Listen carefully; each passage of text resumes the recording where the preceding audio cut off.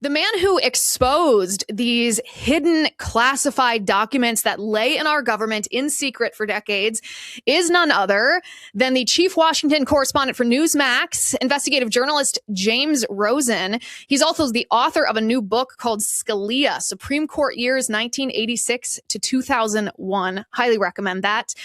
James, welcome to the show. Thanks for being here. Good to be with you, Liz. Thanks for having me. Okay, James, I want you to walk me through this because we conservatives have been gaslit like crazy for the past decade about the deep state. We were told the deep state doesn't exist, this is a figment of your imagination, or that these are righteous individuals trying to unseat a threat in Donald Trump, which of course is false and offensive. But you have uncovered these 7 pages of very recently declassified documents that really change the way that we understand a very pivotal part of American history. Tell us about how this came to be and what you found. So great to be with you, Liz, and thank you for your very kind words. This is an outgrowth of work I've been doing really for 30 years. I published a book in 2008 called The Strong Man, John Mitchell and the Secrets of Watergate, which was a biography of President Nixon's Attorney General, John Mitchell, who had been his law partner and campaign manager, and who really was the top law enforcement official at a very scary time in American history, the time of the Black Panthers and the Weather Underground and domestic bombings and so forth. And part of the story that I uncovered at that time was something called the Moorer-Radford Affair. What is the Moorer-Radford Affair? Now, I'm not the first to report on that. It gained some brief attention when Nixon was still in office, but it was quickly overshadowed by larger bombshell revelations from the Watergate scandal itself. Basically, the White House formed a special investigative unit in 1971 to plug news leaks such as the Pentagon Papers to the New York Times.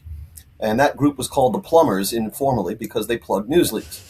It was the Plumbers who broke into Democratic National Committee headquarters at the Watergate office complex. It was the Plumbers who broke into the office of Daniel Ellsberg, psychiatrist in Los Angeles, Ellsberg being the leaker of the Pentagon Papers to the New York Times. But there was one other project on which the Plumbers worked and which was absolutely vital to national security. And that was that in the closing days of 1971, war broke out between two countries, India and Pakistan. The U.S. publicly professed its neutrality.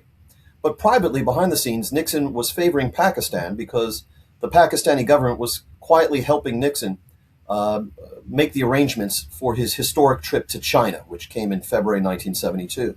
But in the closing days of 1971, a famous investigative reporter at the time named Jack Anderson published a couple of columns in December 1971 where he was quoting from Defense Department and White House memoranda, but even more shockingly, minutes taken at the NSC meetings of only 11 days prior, where Henry Kissinger, who was running the White House National Security Council, was telling his aides, "I'm catching hell every half hour from the president. He does not believe that we're doing enough to tilt toward Pakistan. He believes his wishes are not being fulfilled." Now, when Jack Anderson publishes those minutes from the NSC 11 days later, that is one of the most shocking developments of that era, because the Pentagon Papers have been focused on the Kennedy and Johnson administrations in the past. Here was leaks at a very high level of the national security establishment taking place in almost real time in 1971. So the Plumbers were assigned to find out who was leaking that material to Jack Anderson, who won the Pulitzer Prize for those columns. They very swiftly zeroed in on a young man who was 28 at the time, who is still alive today. He's now 82. You're kidding. Named Yeoman Charles Radford. And he was a young guy who had been in the Navy. He was still in the Navy. He was a trained stenographer and courier and body man. And he was selected to work in this office that was located at the Executive Office Building, part of the White House complex. That was a liaison office that's Charles Radford, between the Joint Chiefs of Staff and the National Security Council. And there was a pair of admirals who ran that office. And the Joint Chiefs of Staff in the Kennedy, Johnson, and Nixon years saw a problem growing and then become acute under Nixon and Kissinger, which was the systematic exclusion of the Joint Chiefs of Staff, the nation's top military uniformed commanders, from policymaking. Nixon and Kissinger were concentrating the making of foreign and national security policy in the NSC, and the Joint Chiefs didn't like it. They used this young man, this stenographer, this courier and body man, Yeoman Charles Radford, whom you see there, and asked him to develop intelligence on Kissinger's NSC. And in short, what this young man later admitted to doing was he took a copy of every document that came across his vision. What he couldn't copy, he memorized. He dove through waste baskets and burn bags. He literally rifled the briefcases of Henry Kissinger while he slept on overnight flights, and Kissinger's deputy, Alexander Haig. And in all, it's estimated that this yeoman stole 5,000 classified documents from the National Security Council over a year's time, 1970 to 71, in wartime, and delivered those documents to the Joint Chiefs of Staff through the admirals.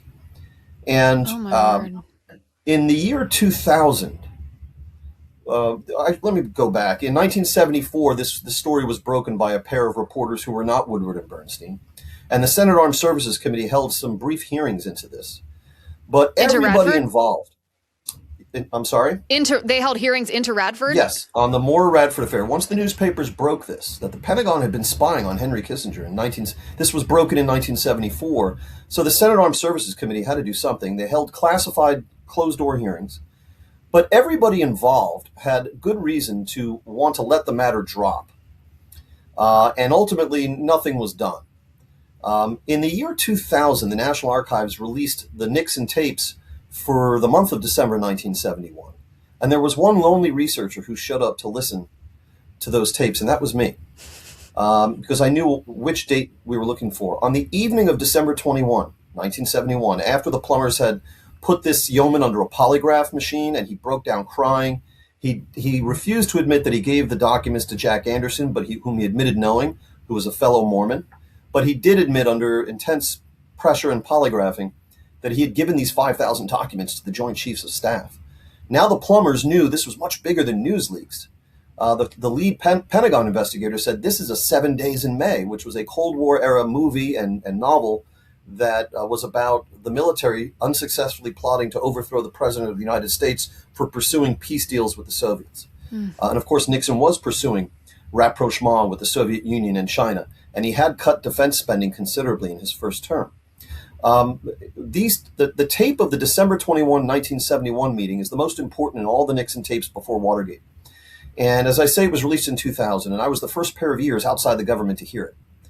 And essentially, you have only the heavy hitters: President Nixon, H.R. Haldeman, who was the chief of staff and the architect of modern White House operations, John Ehrlichman, who was the chief domestic policy aide to President Nixon and who ran the plumbers, and Attorney General John Mitchell, who, as I say, had been Nixon's law partner and campaign manager and was the closest thing that Nixon had to a friend in the government. Heavy hitters only. All three of those men later served prison sentences for Watergate. Henry Kissinger, whose NSC was the one victimized here, was purposefully excluded from the meeting because the president and his men considered that Kissinger himself was a profligate leaker to the Washington Post and elsewhere. And Ehrlichman had to tell the president of the United States, our investigative team, the plumbers, have essentially discovered that this enlisted man, this yeoman, who was attached to Kissinger and Haig at the NSC, has been stealing documents for 13 months in wartime. And as Ehrlichman explained it to the president, this guy has total recall. He can remember the exact sequence in which he Xeroxed things when he moved from room to room. He's like a machine. And Nixon, of course, was flabbergasted because no commander-in-chief had ever faced such a brazen and illegal challenge to his authority from the nation's top uniformed military commanders. And he declared, this is a federal offense of the highest order. It fell to Attorney General Mitchell to remind the president obliquely of all the secret operations that the president and Henry Kissinger had going on around the world. In Cambodia, they had been submitting phony ledgers to the United States Congress to protect the secrecy of those operations. In essence, Nixon and Kissinger were sort of like car thieves who awakened one morning to find that one of the cars they stole had in turn been stolen from them. You going to call the cops? So Attorney General Mitchell basically says, I'm going to go see Tom Moore, the chairman of the Joint Chiefs of Staff, and I'm going to tell him this ball game's over with. We're going to dissolve this liaison office. We're going to transfer these admirals out to some remote posts. We're going to transfer the yeoman out to a remote post. We're going to wiretap him for 6 months and his friends. And we're going to install a security officer in the National Security Council. Can you imagine how quaint the times were that the need was realized for there to be some sort of security apparatus over the documents of the NSC? Everything Mitchell proposed, Nixon agreed to. And I wrote an article about that tape and the next 10 days worth of tapes that showed how Nixon navigated this unprecedented constitutional crisis. And I wrote an article in 2002 for the Atlantic Monthly called Nixon and the Chiefs. And the main revelation was that rather than prosecute the chairman and the yeoman, they essentially agreed to cover it up and hush it up and bury it. Why? Yeah, For why? one thing, there was the risk of the exposure of all the secret operations that the Nixon administration had going. But more than that, as Nixon said on the tapes, this was a period when the armed forces, the uniform of the armed forces, was under widespread cultural assault, Liz. Returning veterans from Vietnam were being jeered on the streets as baby killers. Nixon, and he was very explicit on the tapes in saying this, did not want to contribute to the vilification of the armed forces in a time where they were already under widespread cultural assault. Now comes Watergate. Haldeman and Ehrlichman have to quit, and they go to the grand jury to face their fate. Of all people, he appoints Alexander Haig, Kissinger's deputy, to now run the White House as chief of staff. They had earlier concluded in that nighttime meeting that Haig was probably complicit in this and allowed tacitly the yeoman to do this. So he wasn't the greatest choice to run Nixon's White House in the last year and a half or so. And Nixon says to Haig at one point in a tape in 1973, "I could have screwed Admiral Moore, the chairman of the Joint Chiefs of Staff, and been a big hero on that. And you know why I didn't do it, because I thought more of the services." The Senate Watergate Committee, the top Republican was Howard Baker of Tennessee. He comes to Nixon. He's learned about the Moore Radford affair. None of it's been disclosed yet. It's 1973. How did he learn about it? Through the Senate Watergate Committee's their interviews with the Pentagon investigator who called it 7 days in May. Okay. And he says, "Mr. President, the plumbers didn't just break into Ellsberg's psychiatrist's office in the Watergate. They handled legit national security work. Let us tell the story of how the Joint Chiefs spied on you, and this could save your presidency." Yeah. And again, to his eternal credit, Nixon told Senator Baker no, because he did not want to contribute to the vilification of the armed forces. I published that article in 2002. In 2008, I published my book about Watergate, and the chapter devoted to this was based on something that Attorney General Mitchell said to President Nixon in that historic nighttime meeting. When he called it a federal offense of the highest order, Mitchell said back to the president, "I agree with you, Mr. President. It's with the yeoman coming in here and giving these documents to the Joint Chiefs, it's just as if they were coming in here and robbing your desk." And the title of that chapter in my book from 2008, The Strong Man, was called Robbing the President's Desk. I'm literally getting the chills listening to this. It's You're kind to say so. You can't make this up. I mean, it's nuts. So I have never stopped studying the Moore Radford scandal and trying to obtain new materials. Nixon resigns. He is pardoned by his successor, Gerald Ford, for all crimes he committed or may have committed while in office. That's 1974.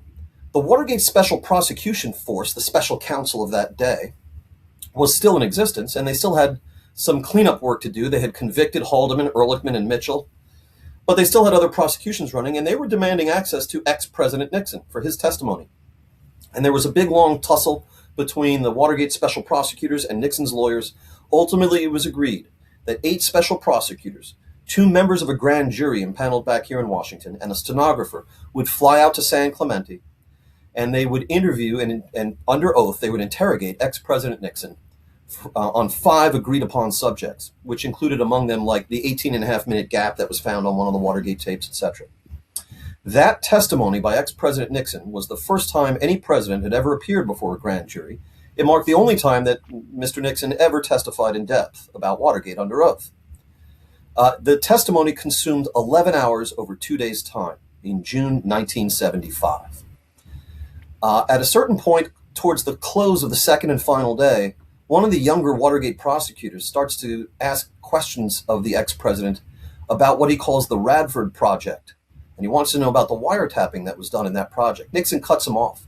And he says, "This was the most sensitive project of my presidency."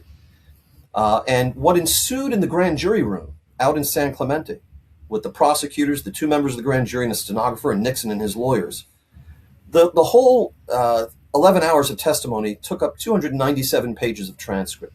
The Watergate prosecutors knew right away that they were hearing things that was not meant for the consumption even of the rest of the grand jury back in Washington.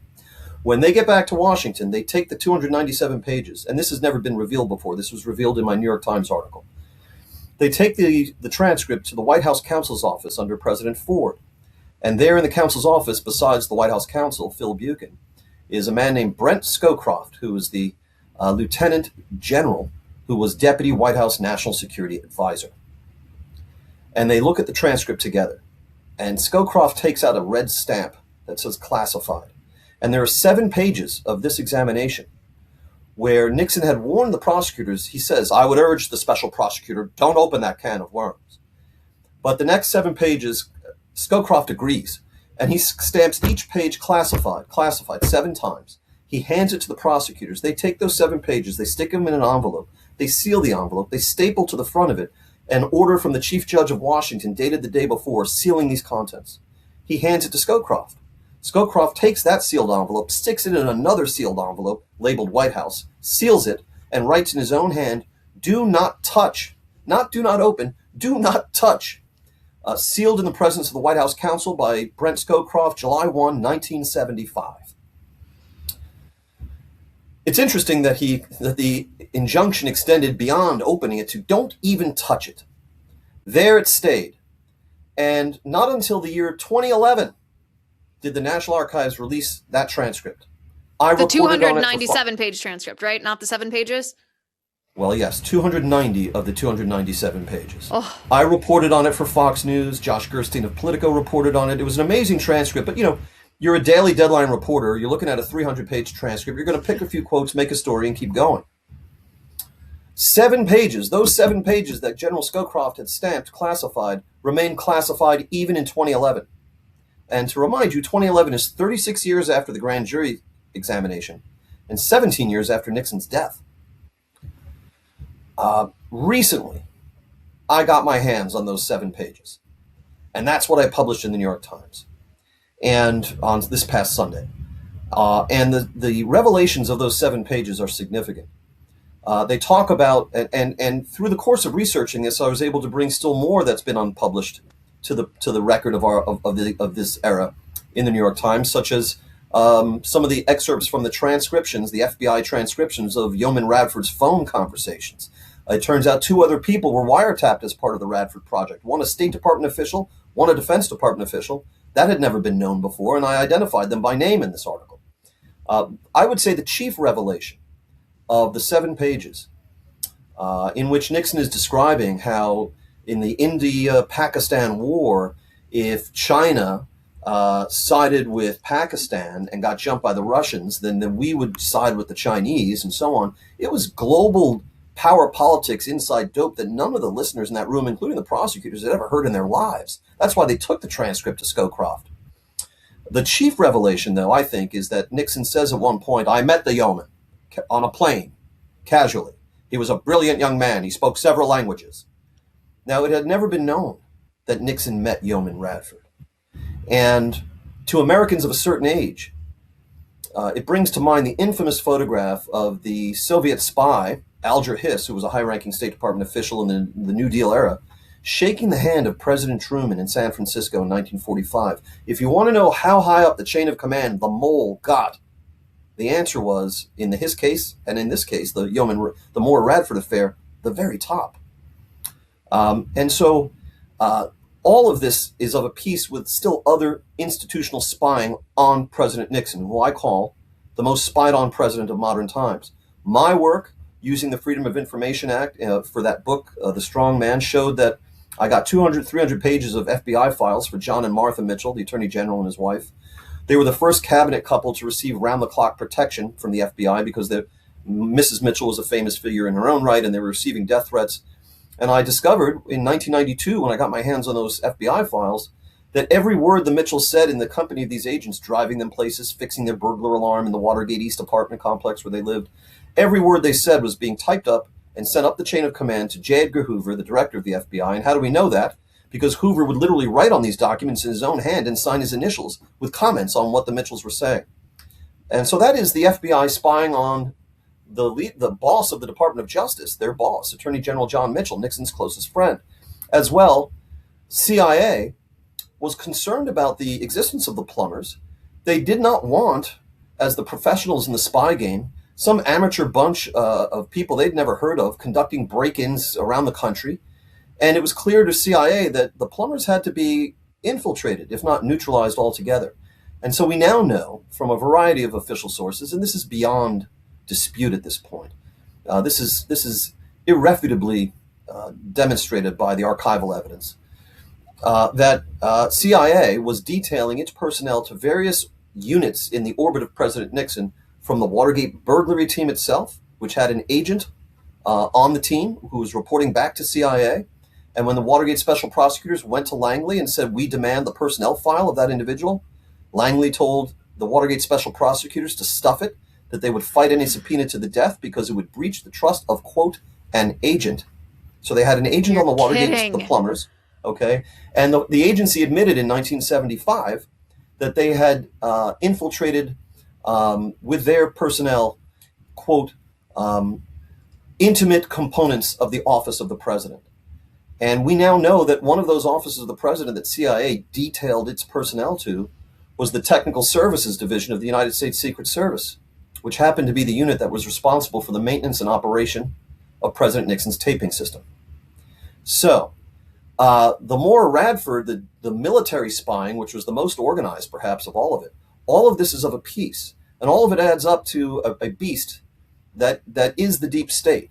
And as I said in the New York Times article, 50 years ago in a small Coast Guard station in San Clemente, President Nixon, ex-President Nixon, was able to prove to the satisfaction of the grand jury and the Watergate special prosecutors that not only did such a beast as the deep state exist, but that he himself, the president, guilty as he was in the Watergate scandal, had been its victim. Our movement is gaining ground. People around us are waking up. The mainstream media leftist narrative is cracking. At Blaze TV, we've built a home for some of the strongest, smartest voices in conservative media. When you subscribe to Blaze TV, you're not just watching content, you're supporting a movement. You're backing creators who think for themselves. It's everything that the networks won't show you, delivered on your terms, on any device, anytime. And it starts at just $8 a month. BlazeTV.com/Liz, promo code Liz.